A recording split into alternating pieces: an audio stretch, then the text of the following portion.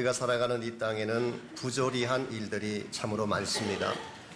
가난하다는 이유만으로 불이익을 당하기도 하고 힘이 없다는 이유만으로 억울한 상황에 처하기도 합니다. 한국의 경우를 보면은 가진 자의 횡포, 재벌들의 횡포가 얼마나 넘쳐나는지 그것이 사회적 이슈로 대두되는 것을 우리 모두가 알고 있습니다. 미국은 괜찮을까? 미국은 모든 것이 정당하고 바르게 이루어지는 사회일까? 그렇지도 않은 것 같습니다. 제가 지난주간 뉴스를 보니까 지난주 목요일 노스캐롤라이나에서 또 한 명의 무고한 시민이 경찰의 총에 사살되었습니다. 이번에는 데니엘 해리스라고 하는 29살 난 청년인데 이분은 청각장애자였습니다. 귀를 듣지 못하는 데프였습니다. 하이웨이에서 차를 몰고 가던 중에 스피드를 어겼다고 경찰의 추격을 받게 됐습니다. 차를 세웠지만 청각장애자였던 그는 경찰의 지시를 제대로 알아듣지를 못했습니다.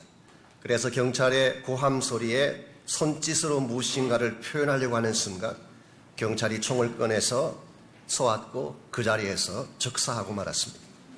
그분의 누나 되시는 분이 투데이라고 하는 TV 프로에 나와서 외친 절규가 Why, why, why라고 하는 세 마디였습니다.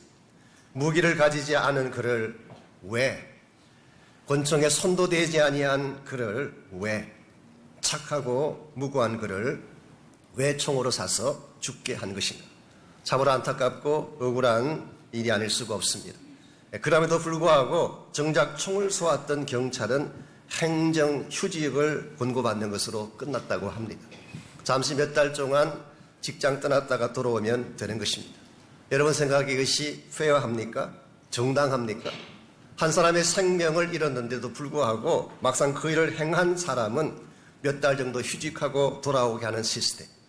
우리 모두가 인식해야 될 중요한 사실이 여기 있습니다. 여러분과 제가 사는 이 세상은 생각처럼 반듯하지 않습니다. 부조리한 것이 가득 차 있는 현실입니다.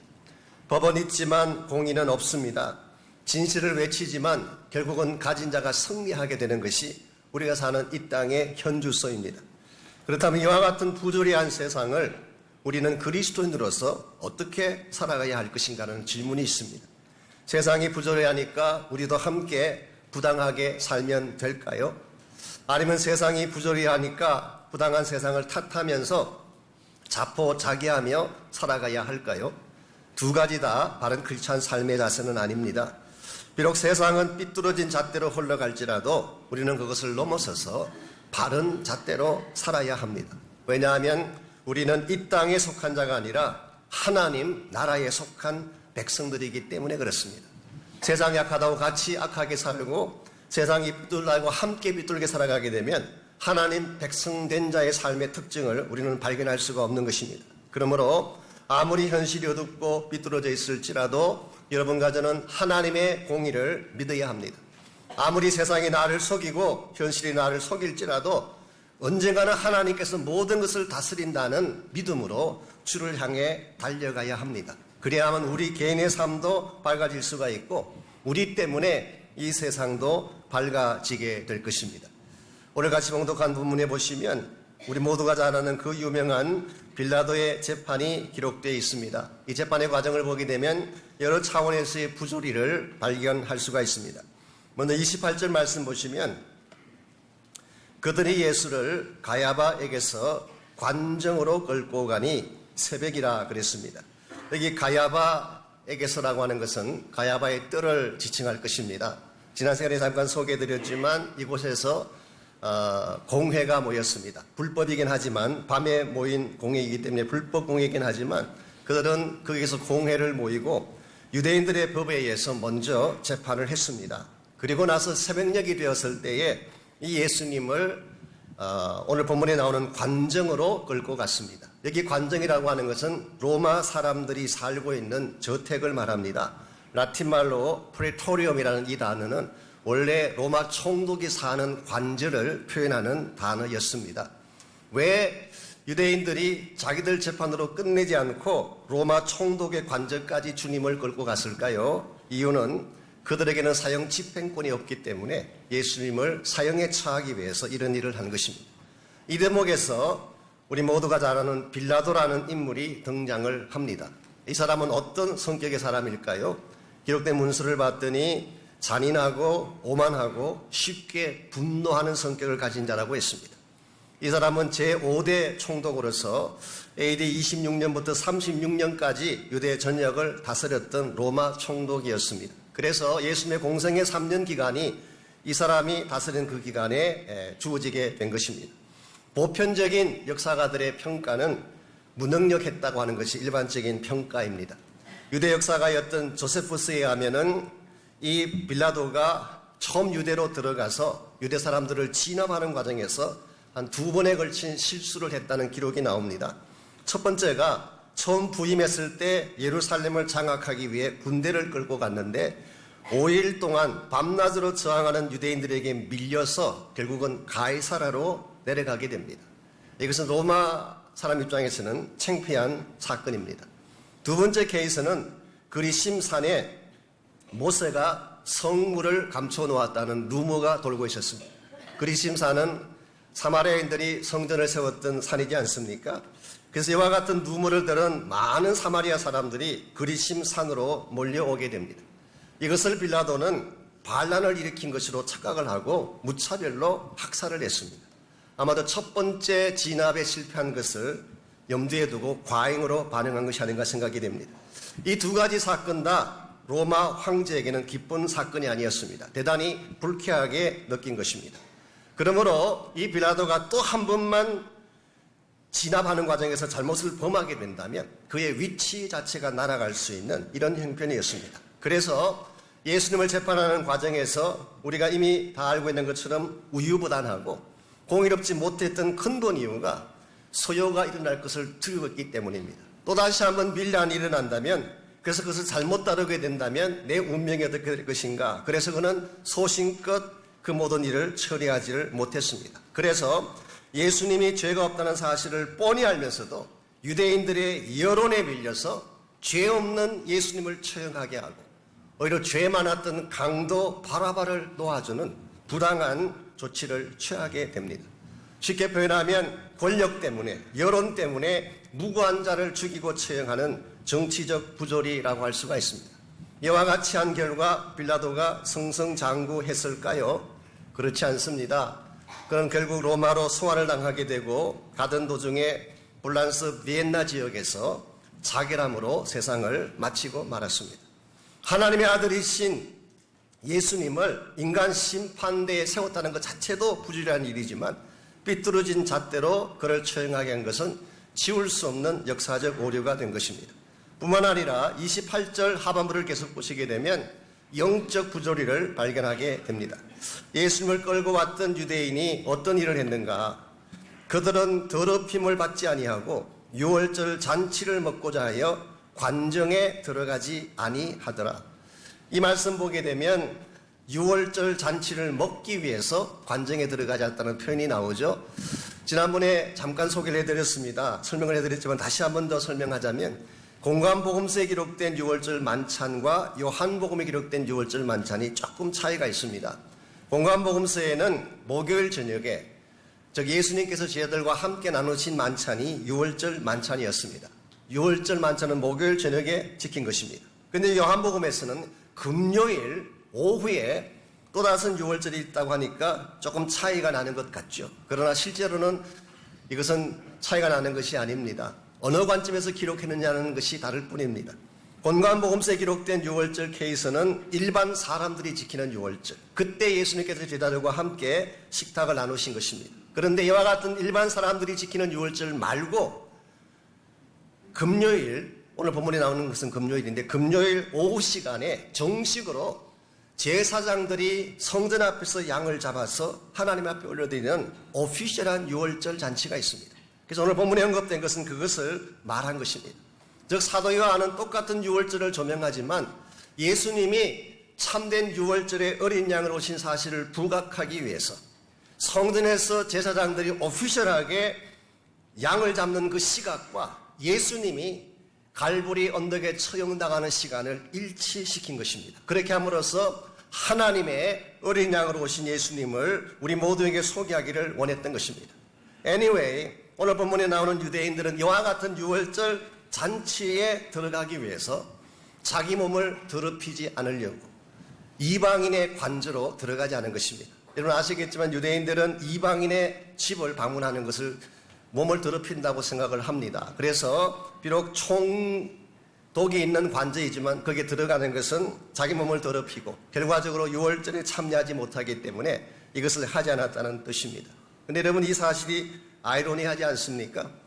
참 유월절의 주인이신 예수님은 이와 같이 부당하게 처리를 하면서 그들은 그림자에 불과한 유월절 절기를 지키기 위해서 몸을 거룩하게 관리하는 종교적인 아이러니, 이게 소위 말하는 영적인 부조리입니다. 이것은 그 시대만 존재했던 것이 아니라 오늘 이 시대에서도 얼마든지 볼 수가 있습니다. 교회 안에서 거룩하게 하나님을 잘 믿는다고 하는 사람들 중에 진짜 중요한 것은 행하지 아니하는, 사랑은 하지 아니하면서 진리의 복음은 전혀 관심 갖지 아니하면서 비본질적인 것에 목숨을 가는 사람들을 많이 볼 수 있지 않습니까? 이게 소위 말하는 영적 부조리의 케이스라고 할 수가 있습니다. 마지막 세 번째로 30절을 보게 되면 사회적 부조리가 소개되고 있습니다. 유대인들이 예수님을 빌라도에게 끌고 와서 예수님을 행악자라고 고발을 했습니다. 여기에 행악자라고 하는 것은 단순히 악한 자라 그런 뜻이 아니라 실제로는 반란을 꾀하는 반역자라는 뜻입니다. 원래 유대인들이 예수님을 잡았을 때 죄목, 그들이 가야바의 뜰에서 공의회를 모였을 때 그들이 이야기했던 죄목은 신성모독죄였습니다. 즉 예수님이 하나님의 아들이라고 주장했기 때문에 블라스피미, 신성모독죄로 예수님을 잡았는데 오늘 본문에서는 정치적 반역이라고 하는 올가미를 씌웠습니다. 우리 모두가 알고 있는 것처럼 예수님은 지난 3년 동안 한 번도 정치를 하신 적이 없습니다. 오히려 유다 백성을 위해서 굶주린 자를 먹이시고 병든 자를 고쳐주시고 정말 먹지 않는 양과 같이 유리방황하는 그들을 보면서 가슴 아파하시고 어떻게 하든지 그들을 사랑으로 세우고 섬기기 위해서 베풀며 살아오셨던 것이 주님의 자취였는데 이 예수님을 정치적 반역자라고 오명을 씌우고 예수님을 법정에 세운 것입니다. 한마디로 말하면 정말 억울하고 부조리한 케이스가 아닐 수 없습니다. 그런데 예수님은 이와 같이 말도 안 되는 부조리 앞에서 정말 말도 되지 않는 부당한 이 대우를 받으면서도 예수님이 모든 것을 다 참고 넘어가십니다. 이유가 무엇인지 아십니까? 예수님은 하나님의 뜻, 아니 하나님의 나라를 이루어야 한다고 하는 더 큰 비전을 가슴에 품으셨기 때문입니다. 지금 나에게 주어지는 작은 현실이 중요한 것이 아니라 내가 어떤 대접을 받느냐 이것이 중요한 것이 아니라 나를 통해서 이루어지게 될 하나님의 나라가 중요하다. 하나님의 계획과 뜻이 중요하다. 그래서 예수님은 더 큰 하나님의 나라를 바라보는 중에 자기 앞에 주어진 부당한 현실들을 다 감수하시고 넘어가신 것입니다. 오늘 여러분과 제가 이 주님의 모습을 배워야 할 줄 믿습니다. 우리들은 조그마한 어려운 일을 당하면, 조그만 억울한 일을 당하면 억울해서 어찌할 줄을 몰라 하는데 주님이 나가신 억울함과 비교할 수가 있을까요? 우리는 조그만 어려운 현실을 보게 되면 세상 탓을 하고 뒷전으로 물러서려고 하는데 그것이 과연 성령이 말하고 있는 참된 제자의 모습일까요? 우리 모두는 참으로 주님을 따르는 제자라면 예수님께서 이와 같이 부조리한 현실도 불구하고 당당하게 이것을 넘어서서 하나님의 뜻을 집행하셨던 것처럼 우리도 부조리한 현실을 넘어서서 하나님의 뜻을 향해 달려갈 수 있어야 합니다. 우리가 어떻게 할 때에 부조리하고 부당한 이 현실을 보면서도 이것을 넘어서서 하나님의 거룩한 목적과 뜻을 위해 살아갈 수가 있을까요? 오늘 본문에 보시게 되면 부조리한 세상을 넘어서는데 꼭 필요한 세 가지의 중요한 원리가 오늘 본문에 소개가 되어 있습니다. 제일 첫 번째가 우리가 부조리한 세상을 넘어서려면 하나님의 계획을 보아야 합니다. 즉 관점의 변화가 필요한 것입니다. 29절 말씀부터 32절까지를 보시면 오늘 본문 속에 사도 요한이 여러분과 저에게 소개해 주는 좀 특별한 관점 하나가 있습니다. 29절 이하에서는 빌라도가 밖으로 나가서 무슨 일로 나를 고발했느냐 물었더니 이 사람이 행악자이기 때문에 넘겼습니다. 그리고 빌라도가 그를 데려다가 법궤로 재판하라 그랬더니 유대인들이 우리는 사람을 죽이는 권한이 없습니다. 쉽게 표현하면 죽이겠다는 거예요. 이 예수님을 반드시 처형하겠다고 그렇게 예수님을 데리고 온 것입니다. 우리가 여기까지만 읽어보게 되면 참 이들의 처사가 참 납득이 가지 않습니다. 아니 이렇게 순결한 예수님을, 지금까지 착하게만 살아오신 이 주님을 어떻게 꼭 처형해야만 된다는 것인가. 한편으로는 납득이 가지 않습니다.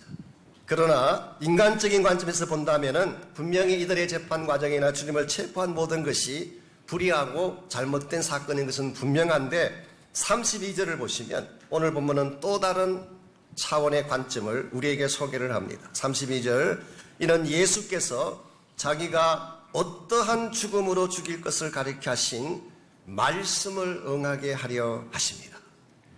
우리가 인간적인 시각으로 보게 되면 예수님이 체포당하신 것입니다. 모욕을 당하신 것입니다. 부당하고 불의한 대접을 받은 것입니다. 그런데 하나님의 관점에서 보게 되면 이것은 그냥 주어진 사건이 아니라 하나님의 뜻을 행하고 하나님의 구속 역사를 집행하기 위한 하나님의 말씀을 응하게 하기 위한 사건인 것을 알 수가 있습니다.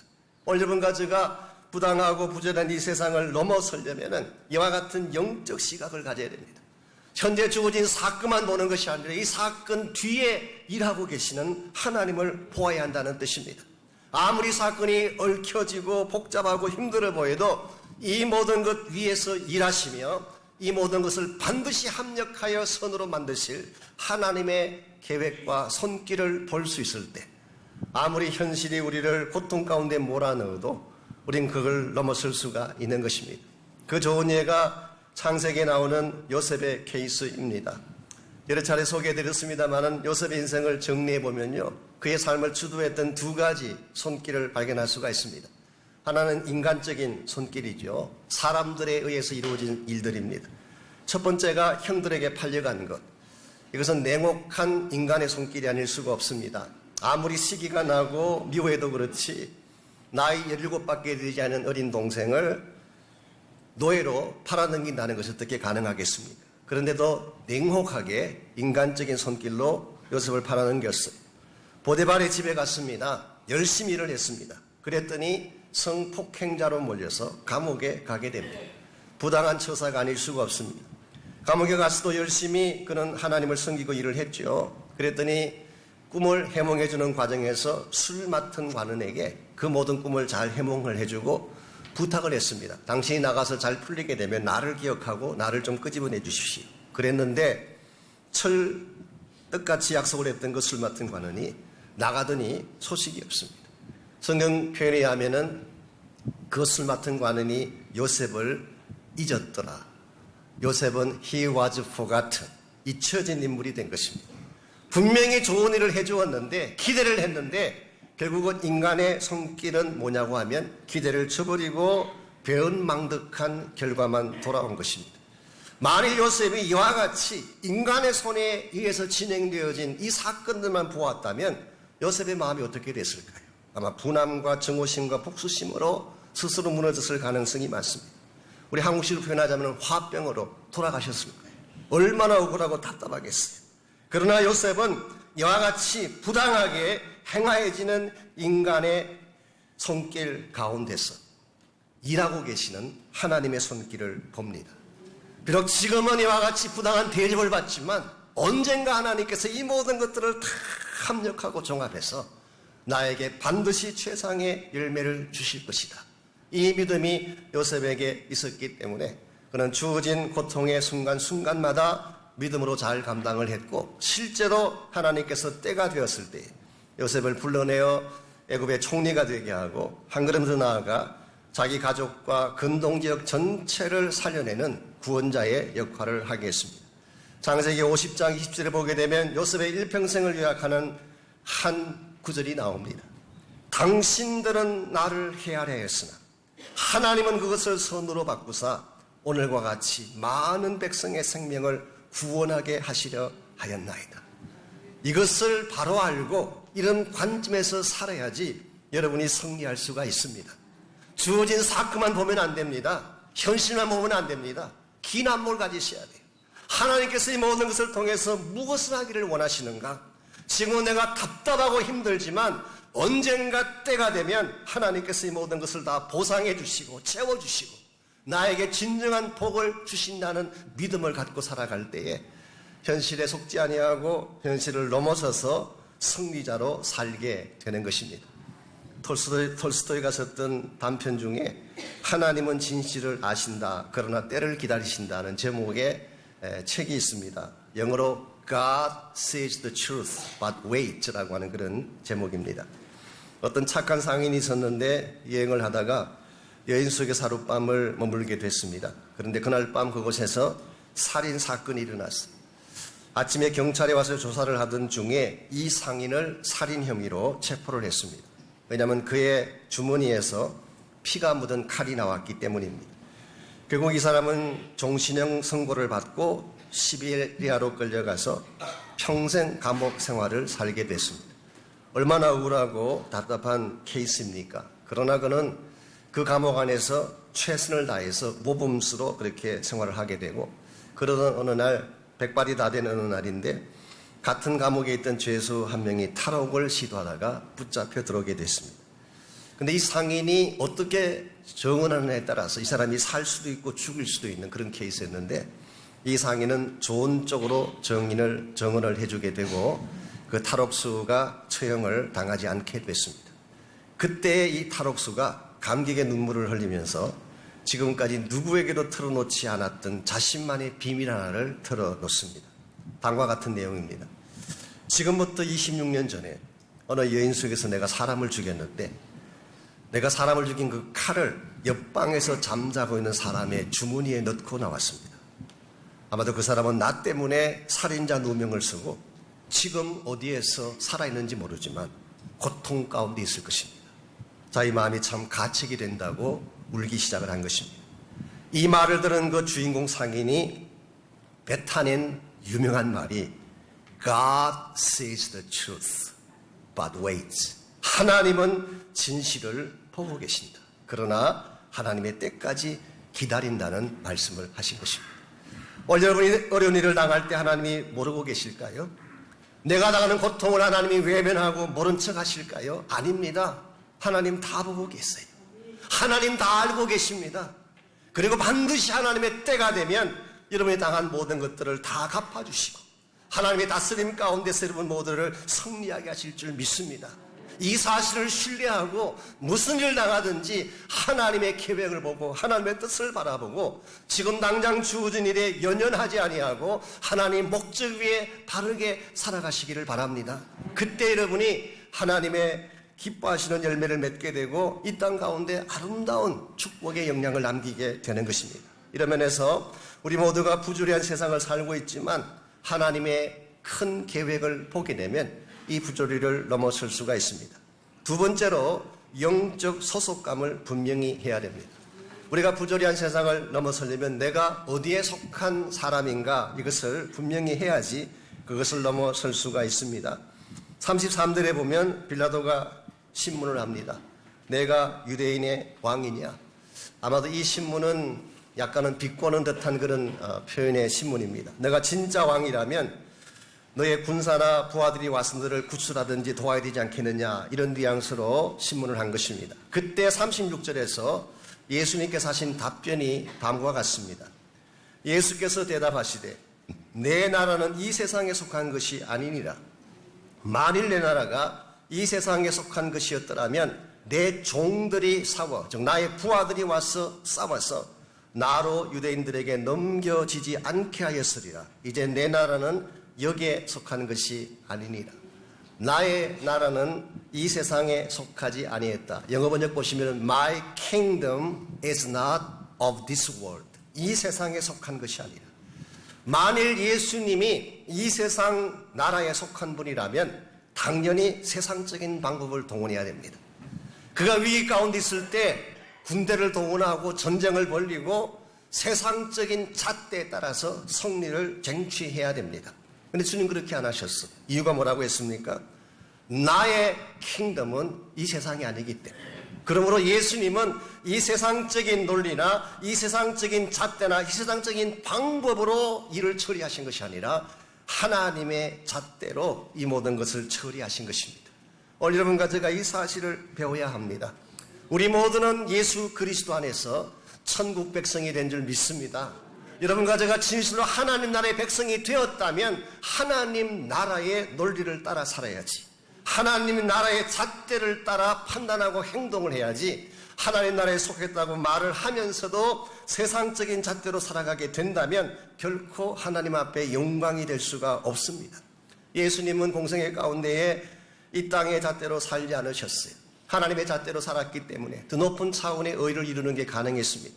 여러분께서 마태복음 5장에서 7장까지를 보시면 예수님께서 말씀하신 산상수훈이 나오지 않습니까? 산상수훈은 한마디로 요약하면 천국 시민의 삶의 원리를 소개한 것입니다. 너희들이 정말 천국의 시민이 됐다면 어떤 가치로 어떻게 살아야 되나, 이걸 가장 구체적으로 자세하게 소개해 준 것이 예수님의 산상수훈입니다. 거기에 표현된 예수님의 표현 가운데에 higher righteousness, 더 높은 차원의 의에 대한 개념이 있습니다.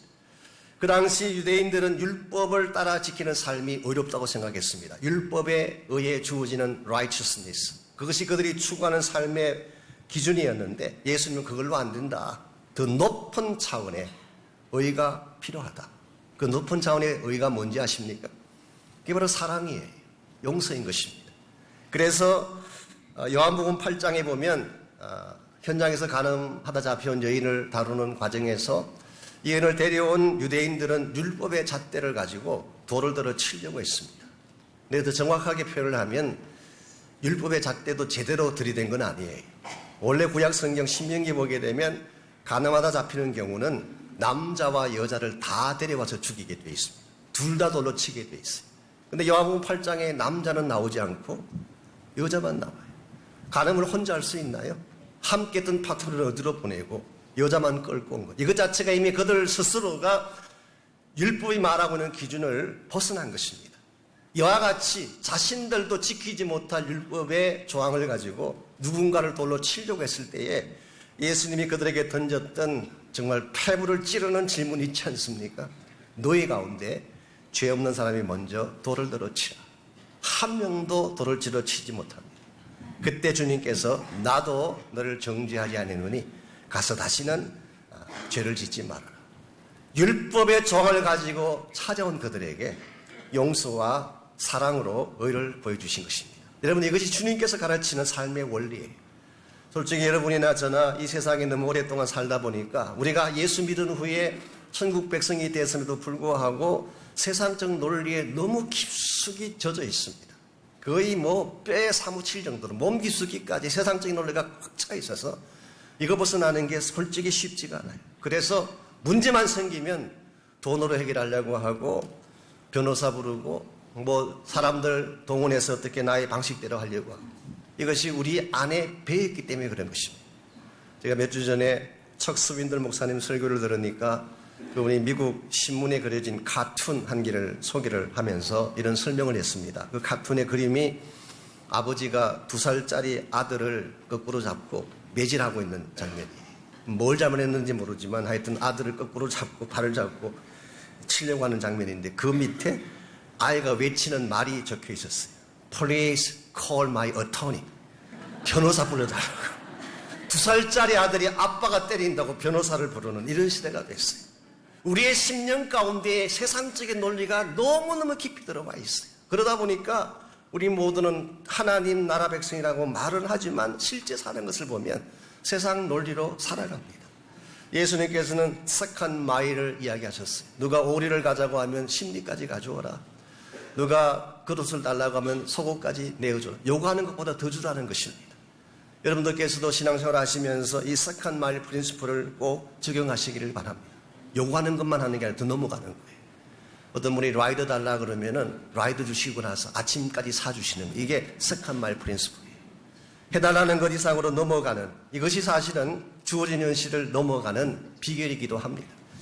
하나님께서 우리에게 천국 백성의 시민권을 주셨기 때문에 세상이 아무리 악하고 누추하고 부주의하게 변해져 가도 우리는 예수 믿는 사람답게 천국 백성의 냄새를 풍기며 살아가야지 하나님께 영광이 될 줄 믿습니다. 이와 같이 우리가 부르짖는 세상을 이겨내려면 1차적으로는 긴 안목으로 하나님의 계획을 보아야 됩니다. 두 번째는 천국 백성답게, 천국에 속한 사람들답게 바른 원리로 살아야 돼요. 마지막 세 번째로 진리의 정언자로 살아가야지 우리가 이 부조리한 세상을 이겨낼 수가 있습니다. 37절을 보시면은 빌라도가 물었던 그 반문이 기록되어 있습니다. 37절 빌라도가 이르되 그러면 내가 왕이 아니냐?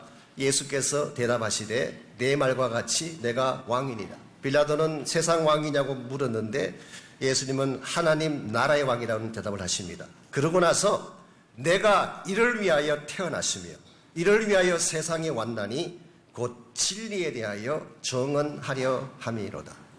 예수님께서 이 땅에 태어나신 목적, 예수님께서 지금까지 이 땅을 살아왔던 근본 목적, 그것이 뭐냐? 진리에 대해 정언하기 위함이다. To testify to the truth. 진리에 대해서 정언하기 위해서. 즉 예수님의 삶과 사역을 통해 진리의 복음을 정언하기 위한 것. 이것이 예수님께서 지금까지 삶을 살아왔던 근본 이유였습니다.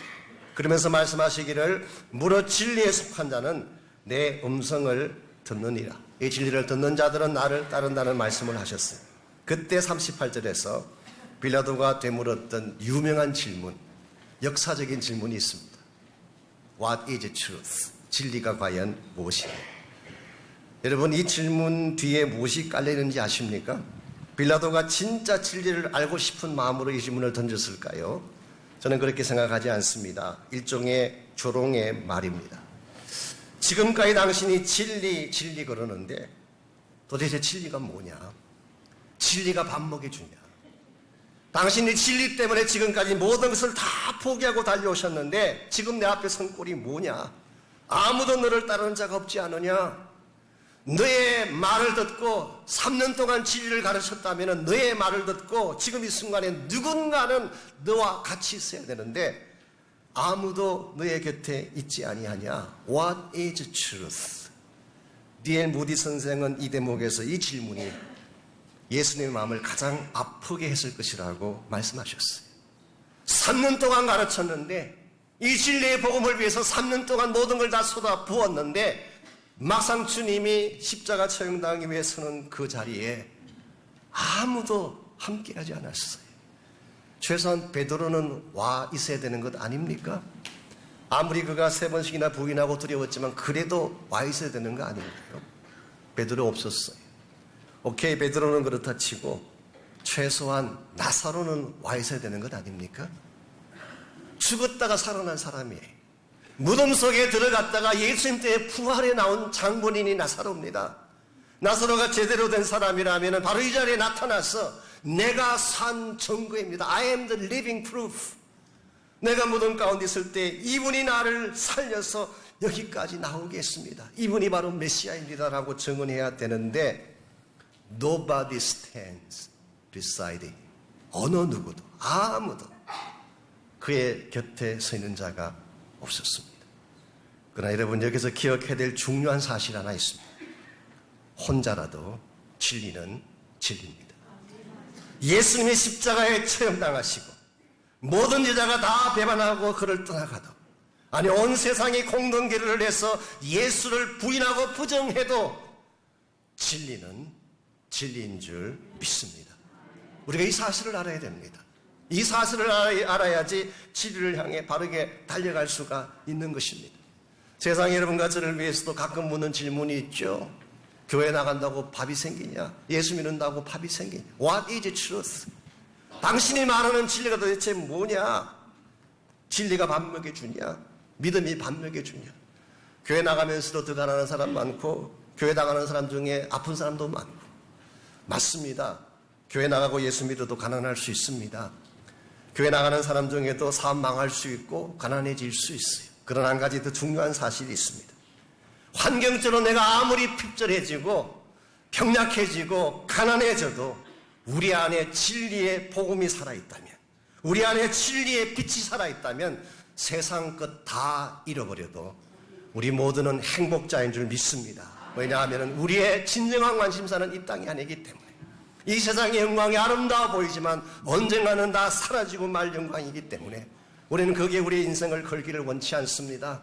참된 복음의 진리에, 영원한 생명의 진리에, 영원한 하나님의 나라에 우리의 인생을 걸고 우리 삶을 걸어야만 여러분과 제가 한 번을 살아도 바르게 살아갈 수가 있고 하나님의 귀한 뜻을 선포할 수가 있습니다. 우리가 들고 있는 복음의 빛은 작고 초라한 빛일지 모르지만 그러나 이 복음의 빛 아래는 엄청난 능력이 있습니다. 제가 몇 년 전에 한국의 치악산에서 겨울을 보낸 화가 한 분이 쓰신 글을 읽은 적이 있습니다. 이런 글귀가 나오더라고요.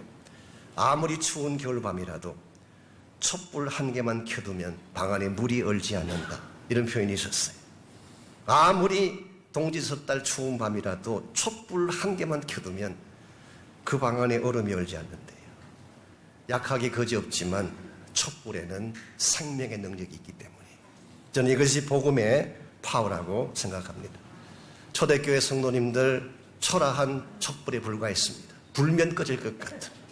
그러나 그들 속에 생명의 복음의 빛이 있었기 때문에 그 복음이 또 다른 복음을 불붙이고 또 다른 빛을 불붙여서 나중에 복음의 큰 물길을 이루게 되고 어둡고 캄캄했던 역사의 밤을 깨뜨리고 새로운 아침을 가져오지 않았습니까?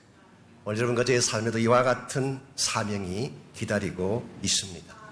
하나님 이것을 위해서 이 땅에 여러분과 저를 보내셨고 이 빛 가운데 살아가라고 오늘 또 우리에게 삶의 시간들을 주셨습니다. 여러분은 지금까지 무엇을 위해 달려오셨나요? 참되신 복음의 빛을 증거하고 이 빛을 나누기 위한 삶을 살아오셨는지 혹시 그렇지 않은 분이 계신다면 다시 한번 하나님 앞에 헌신하고 나의 남은 생에 복음의 빛을 위해 달려가겠다고 기도하는 시간이 있기를 바랍니다.